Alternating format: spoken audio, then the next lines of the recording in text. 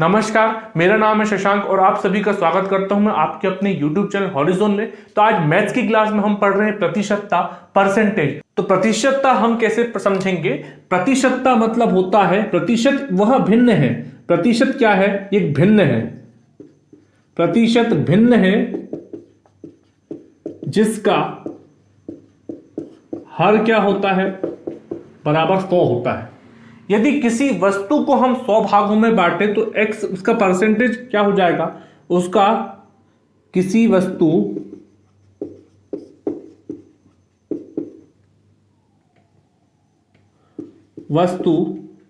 का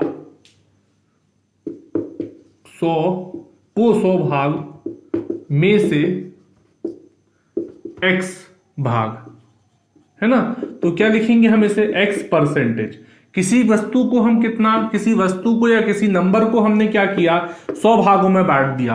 अब हमने कहा 100 भाग में से x की बात चल रही है। x भाग में से कौन सा भाग? x भाग। तो उसको क्या लिखेंगे हम? किसी वस्तु या किसी नंबर के 100 भागों में से x भाग बोल दिया गया।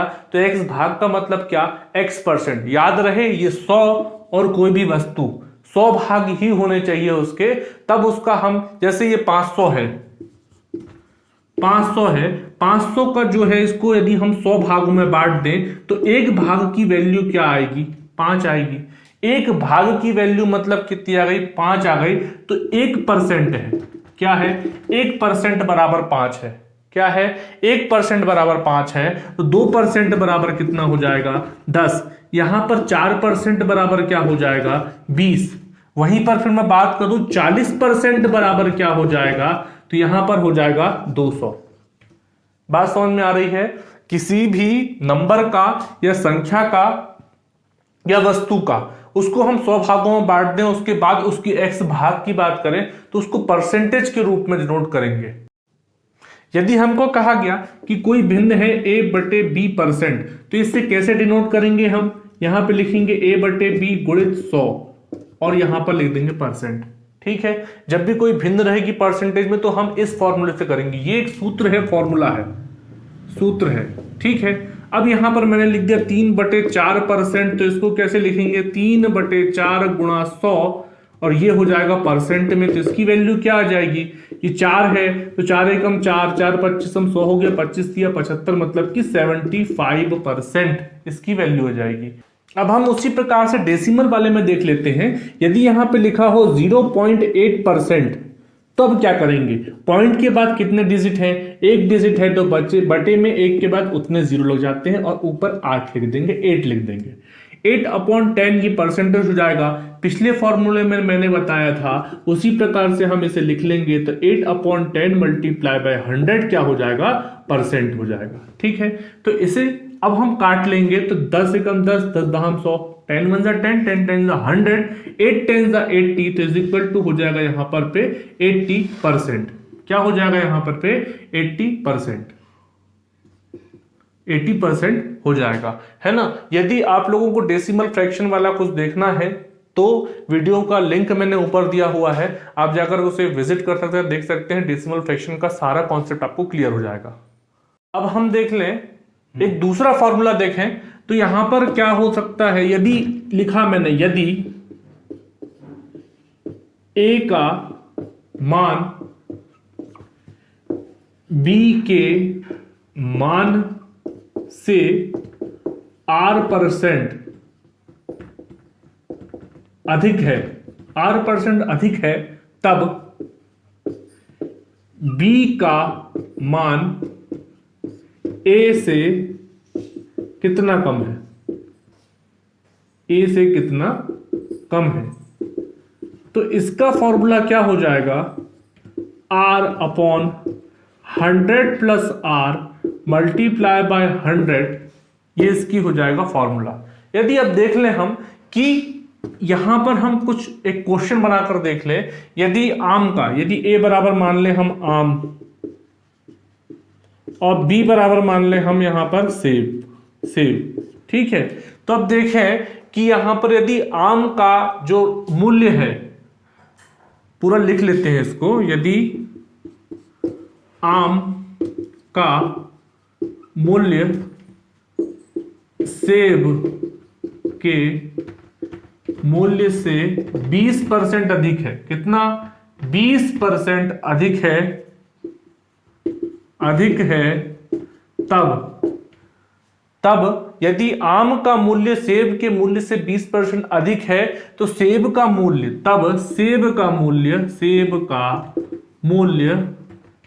आम के मूल्य से कितना कम है, आम के मूल्य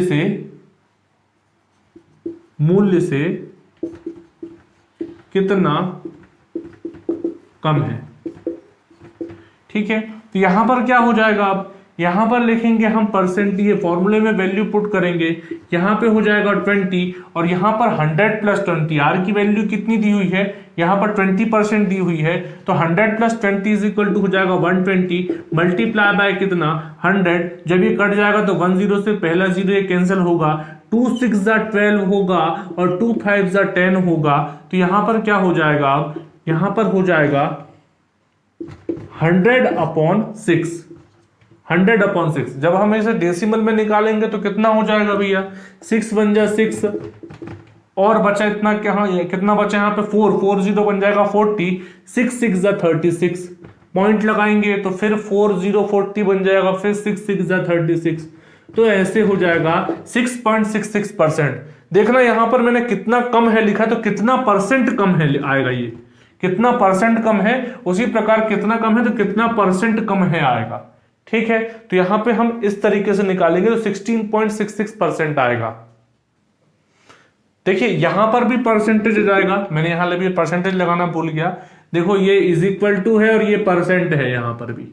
ठीक है, क्योंकि हम परसेंटेज का फॉर्मूला निकाल रहे हैं। यहां पे क्या हो रहा है, मैंने लिखा है ए का मान 20 के मान से R% अधिक है, तो बी का मान ए के मान से कितना परसेंटेज कम है, तो हम निकाल रहे हैं परसेंटेज, तो यहां पर भी परसेंट लग जाएगा। ये फॉर्मूला रख के आप उसको परसेंटेज में कन्वर्ट कर सकते हैं, कितना परसेंट कम में है, ये फॉर्मूला होता ही होता है। मैंने आपको एक एग्जाम्पल के जरिए भी समझा दिया है। ठीक है, आपको मैंने एग्जाम्पल से भी समझा दिया है।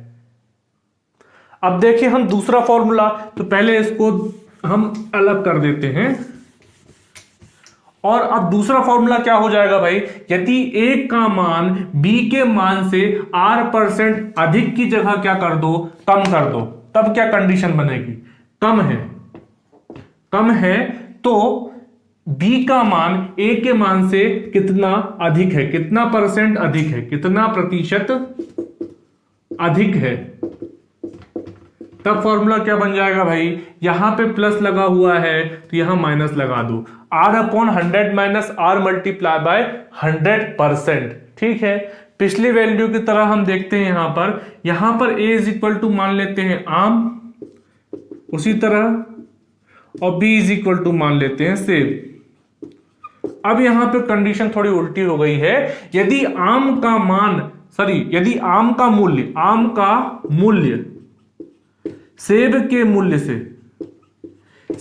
मूल्य से यहां पर लिख लेते हैं भैया 10% कम है। ठीक है, R इज इक्वल टू क्या मान लें, 10%। यदि आम का मूल्य सेब के मूल्य से 10% कम है तो सेब का मूल्य आम के मूल्य से कितना प्रतिशत अधिक होगा, कितना परसेंट अधिक होगा। फॉर्मूले में वैल्यू पुट करते हैं, तो फॉर्मूले में वैल्यू पुट करेंगे तो क्या होगा, आर की जगह में कितना आ जाएगा 10, क्योंकि हमने यहां पर कितना माना हुआ, R इज इक्वल टू 10%, तो 10 कितना हो जाएगा 100 माइनस 10, आर की वैल्यू 10 है और 100 माइनस 10 इज इक्वल टू क्या 90 मल्टीप्लाई बाय कितना 100 और ये हो गया परसेंटेज। ये 10 से 10 कैंसिल हो गया, यहां पे हो जाएगा 10 10 100, तो यहां हो जाएगा 10 10 100/9।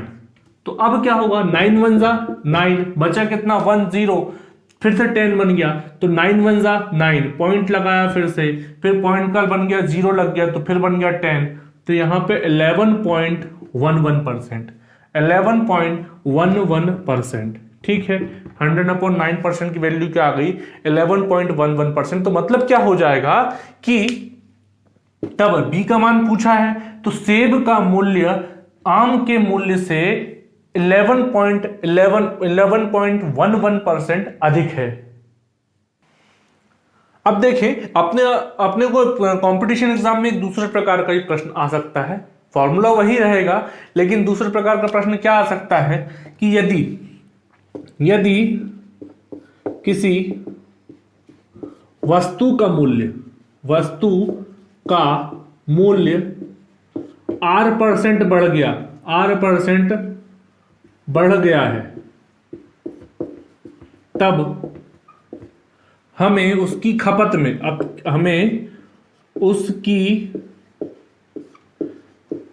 में कितनी प्रतिशत कमी करनी होगी। ठीक है, तो इसका फॉर्मूला क्या होता है, सबसे पहले मैं बता दूं आप लोगों को, हमें उसकी खपत में कितनी प्रतिशत कमी करनी होगी ताकि वह उतने ही रुपए में हमें मिल जाए। कई बार होता है ना कि हमारे यहाँ जैसे टमाटर है, टमाटर पहले 10 रुपए किलो मिल रहे थे, आज 40 रुपए किलो मिल रहे हैं। तो भैया पहले हम 1 किलो लाते थे 10 रुपए किलो में, अब 40 रुपए किलो मिल रहा है तो हम 1 पाव लेके आ रहे हैं। क्यों? क्योंकि हमें 10 ही रुपए खर्च करने हैं, सामान भले कम आ जाए लेकिन 10 ही रुपए खर्च करने पड़ेंगे क्योंकि हमारी आमदनी उतनी है। तो उसी प्रकार यहां पर भी कहा गया है कि यदि किसी वस्तु का मूल्य R% बढ़ जाता है तब हमें उसकी खपत में कितने प्रतिशत कमी करनी पड़ेगी ताकि वह हमें उतने ही रुपए में मिल जाए। तो उसका फॉर्मूला सेम है पुराने फॉर्मूले जैसा,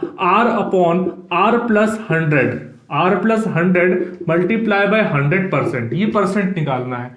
ठीक है, अब मैं मान लो यहां पर कि मान लो टमाटर का उदाहरण लिया तो उसी उदाहरण समझा देता हूं आपको कि यदि टमाटर का मूल्य 20% बढ़ गया है, टमाटर का मूल्य 20% बढ़ गया है, तब उसकी खपत में हम कितनी कमी करें, कितने प्रतिशत कमी करेंगे ताकि वह उतने रुपए ही मिले।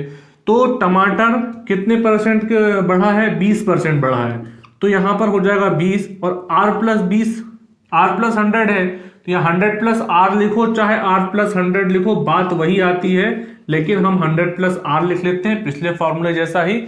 तो 20 है तो यहां पर 100+20 इज इक्वल टू कितना, 120, 120 गुणा यहां पर 100। फिर उसी तरीके से काटेंगे इसको तो यहां पर हो जाएगा कितना, 0 से 0 गया यहां पर, 2 6 जा 12 और 2 5 जा 10। ठीक है, तो यहां पर हो गया 20 100 मतलब कि 100/6, वही वैल्यू आएगी, 6 1 जा 6 और 16.66% हमें कमी करनी पड़ेगी खपत में, तब हमारी उतने ही रुपए में सब्जी आएगी। अब हम अगला देख लेते हैं इसी में कि यदि किसी वस्तु का मूल्य R% बढ़ गया है को कर ले हम कम हो गया है, तब हमें उसकी खपत में कितनी परसेंट बढ़ोतरी करनी होगी। ठीक है, तो यहां पर फॉर्मूला चेंज हो जाएगा, प्लस की जगह क्या हो जाएगा, minus R/100 minus R multiply by 100%। अब यहां पर थोड़ा उदाहरण दूसरा ले लेते हैं, इसमें लिख लेते हैं आलू के मूल्य भैया कम हो जाते हैं, प्याज के मूल्य थोड़े कम हो गए हैं, टमाटर बढ़ गया है, इसलिए अब हम आलू ले रहे हैं। तो यहां पर लिखे आलू की कीमत में कितनी परसेंट की कमी आ गई भैया, 25% की कमी आ गई मान लो। तो यहां पर क्या हो जाएगा, 25/100 माइनस 100 माइनस 25, 100 माइनस 25 कितना हो गया, 75 हो गया, गुणा हो गया कितना, 100। तो 75 से 25 दिया 75 और 25 चौके 100, तो यहां पर 100/3 हो जाएगा, 100/3 हो गया, तो 3 तिया 9, फिर बचा यहाँ 1, यहाँ पे 1 के साथ शून्य लग गया तो फिर से 10 बन गया, तो 3 तिया फिर से 9 और 0.33 हो जाएगा। ये चलता रहेगा क्रम। तो हमें क्या करना पड़ेगा, बढ़ोतरी कितनी करनी पड़ेगी, 33.33% की हमें बढ़ोतरी करनी पड़ेगी। शायद मैंने पिछले क्वेश्चन में परसेंटेज नहीं लगाया है, थोड़ा आप देखिएगा, ध्यान रखिएगा, परसेंटेज लगाना है हमें, है ना। तो यहां पर ये भी परसेंटेज में आएगा, ठीक है, ये भी परसेंटेज में आएगा। शायद पिछले क्वेश्चन में भी मैंने परसेंटेज नहीं लगाया था। तो 33.33% की हमें बढ़ोतरी करनी पड़ेगी किसमें, खपत में, ताकि हमें उसी मूल्य में ज्यादा सामान मिल जाएगा। चलिए अब देख लेते हैं दूसरे प्रकार का क्वेश्चन, दूसरे प्रकार का फॉर्मूला, कि हमको कई बार शहर की जनसंख्या से संबंधित कुछ सवाल पूछे जाते हैं। तो यदि मान लें हम, यदि शहर की जनसंख्या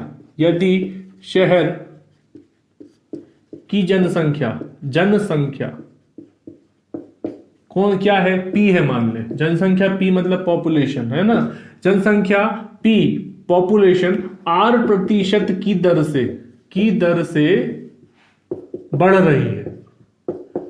रही है तब n वर्षों पश्चात, कितने वर्षों पश्चात, n वर्षों पश्चात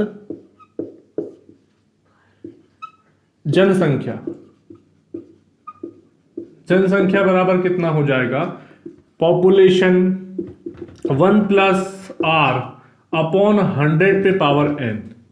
ठीक है, 100 पे पावर n। अब इसका उदाहरण ले लेते हैं कि किसी शहर की जनसंख्या मान लो आज कितनी है, 1000 है, जनसंख्या क्या है, 1000 है, कितनी दर से बढ़ रही है भैया, 20% की दर से, या 10% मान लें, 10% की दर से बढ़ रही है, तब 2 वर्षों पश्चात n इज इक्वल टू 2, 2 वर्षों पश्चात जनसंख्या क्या होगी, कितना है, 1000 है, और यहां पर 1 प्लस आर की वैल्यू कितनी, 10% है, तो 10/100 पे पावर हो गया n इज इक्वल टू हो जाएगा यहां पर 1000। ठीक है, इज इक्वल टू हो जाएगा यहां पर 1000, और यहां पर हो जाएगा 1 प्लस आर अपॉन, मतलब कि 10 है, सॉरी यहां पर 10% है, तो 10 1 जा 10 और 10 10 जा कितना हो गया, 100 हो गया। तो यहां पर कितना लिख सकते हैं हम, ये हो जाएगा अब 10 1 जा 10, तो 10 प्लस 1 इज इक्वल टू 11, तो 11 अपॉन 10 पे पावर कितनी, 2। यहां पे लिखिए मैंने 4, यहां पर 2 होगी क्योंकि मैंने n इज इक्वल टू 2 लिया हुआ है। ठीक है, तो अब क्या हो जाएगा यहां पर 1000 multiply by 11 upon 10 multiply by 11 upon 10।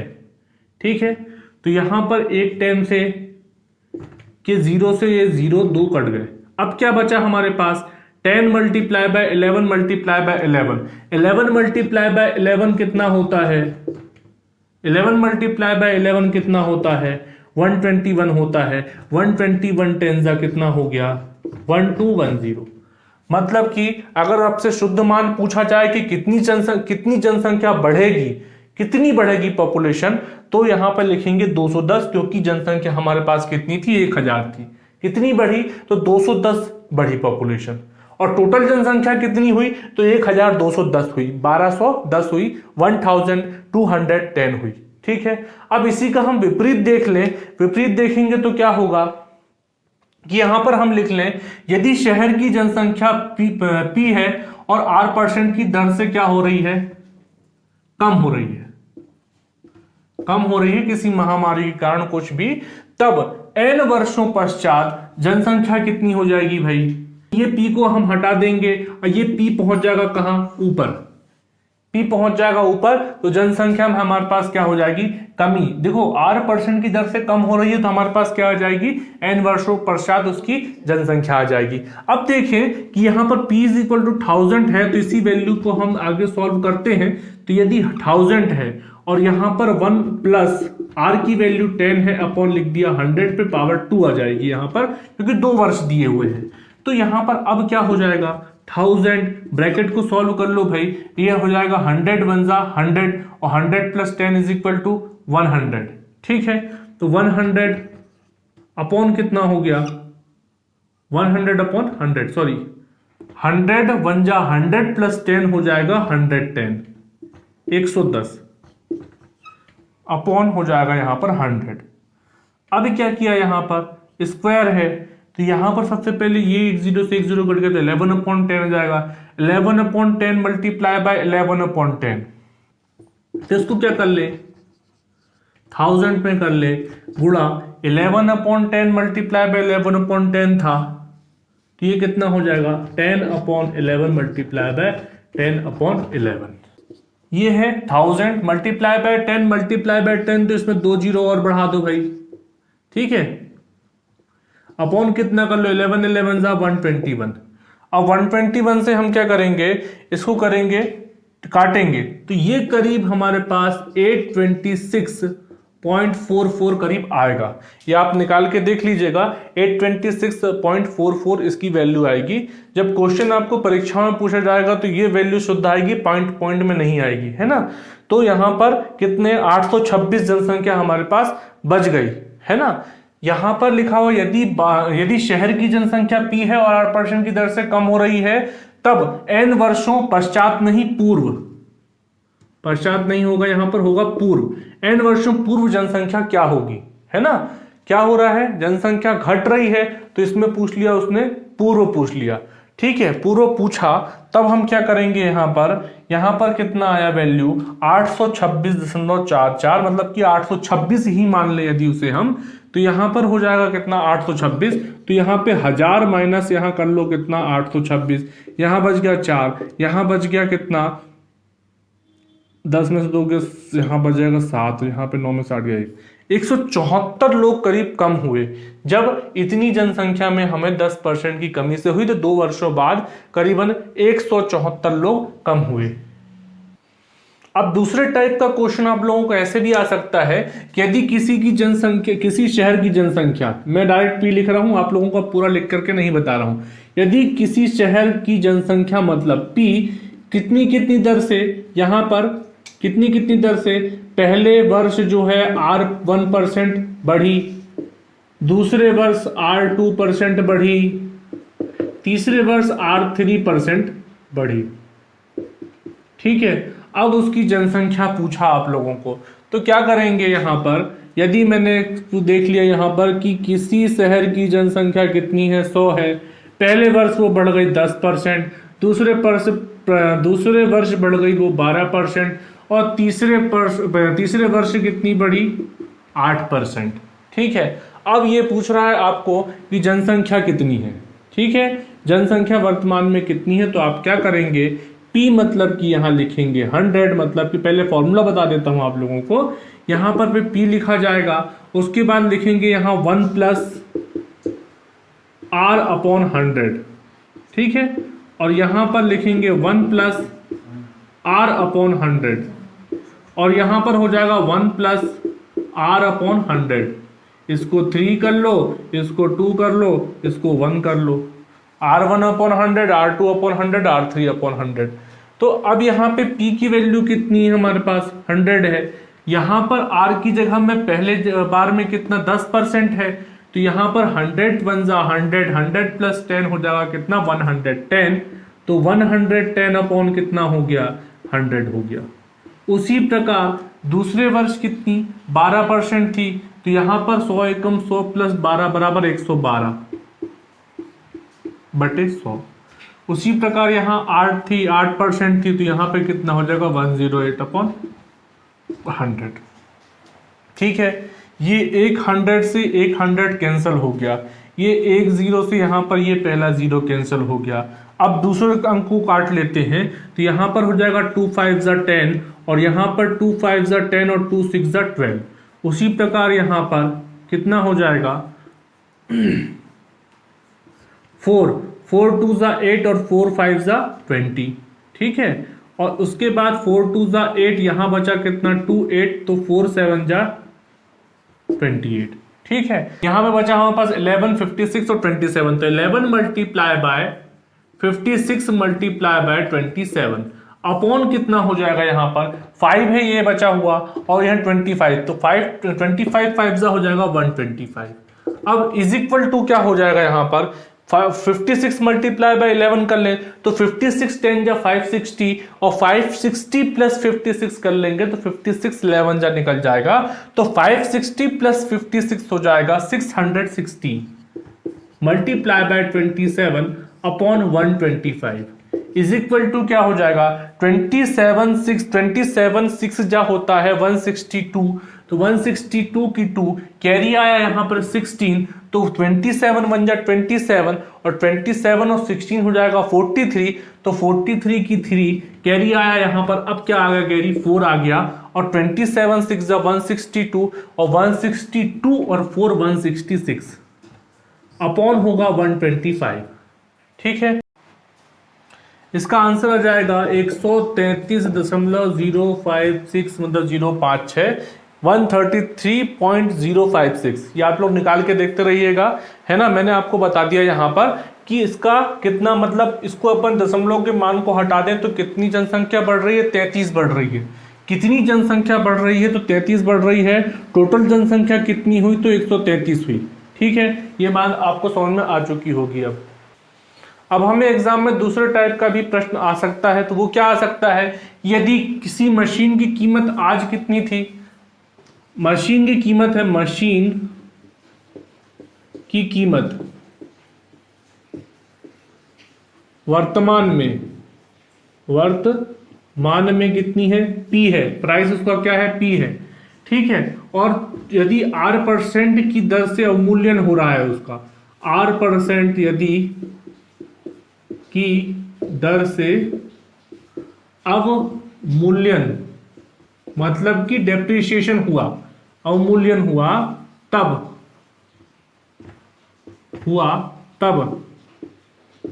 n वर्षों बाद मशीन का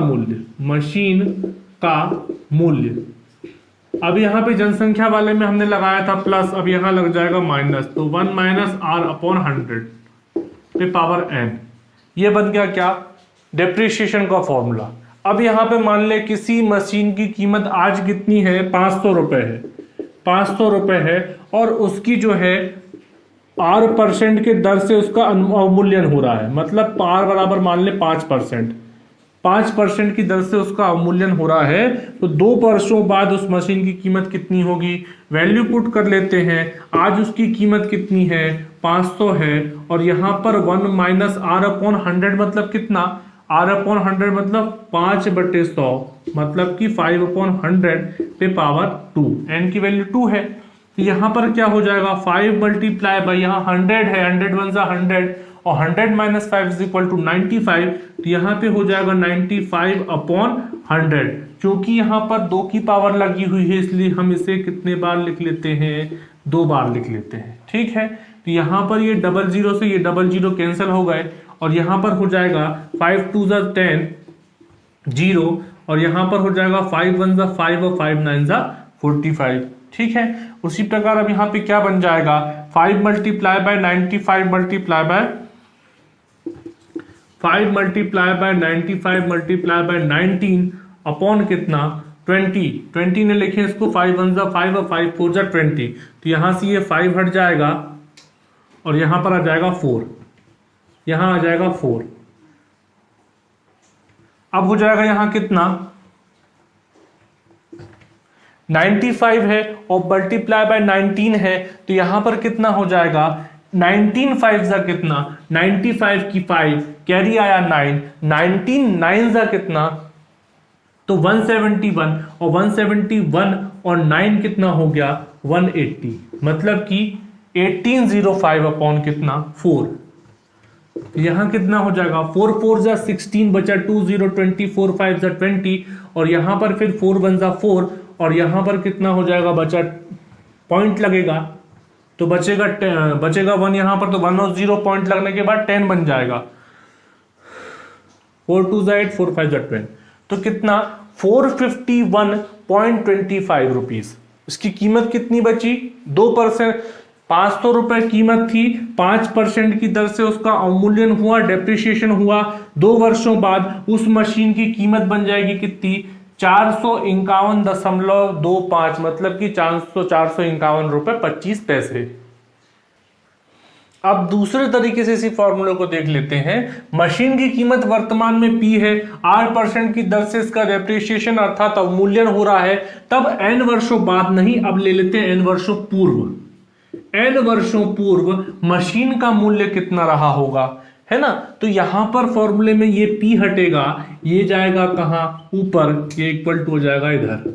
ठीक है, तो अब यहां पर वही कंडीशन रखते हैं, वर्तमान में 500 रुपए है, R% की दर से अवमूल्यन हुआ रहा होगा, और 2 वर्षों बाद, 2 वर्षों पूर्व इसकी कीमत कितनी रही होगी, तो इज इक्वल टू लगाया, यहां पर लिखा 500, अपॉन में क्या लिखा, अपॉन में आएगा कितना, 5% है, ये 2 है, तो यहां पर 100 1 जा 100, 100 माइनस 5 इज इक्वल टू 95, तो 95 अपॉन 100 मल्टीप्लाई बाय 95 अपॉन 100।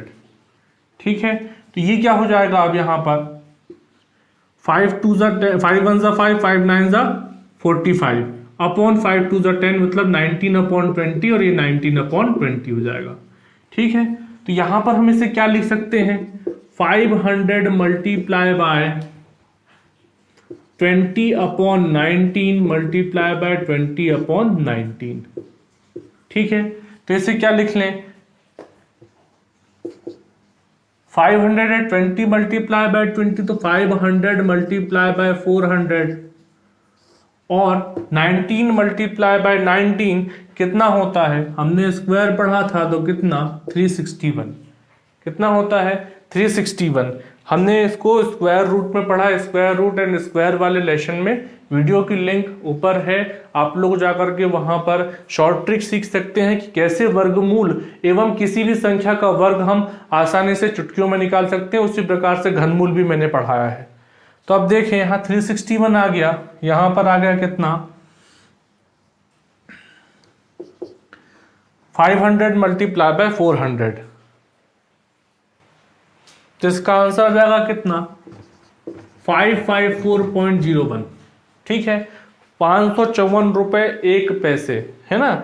तो ये आप लोग निकाल के देखते रहिएगा, मैंने तो एग्जांपल के तौर पर बताया, बाद में आप लोगों को कैलकुलेशन फास्ट भी बता दिया जाएगा।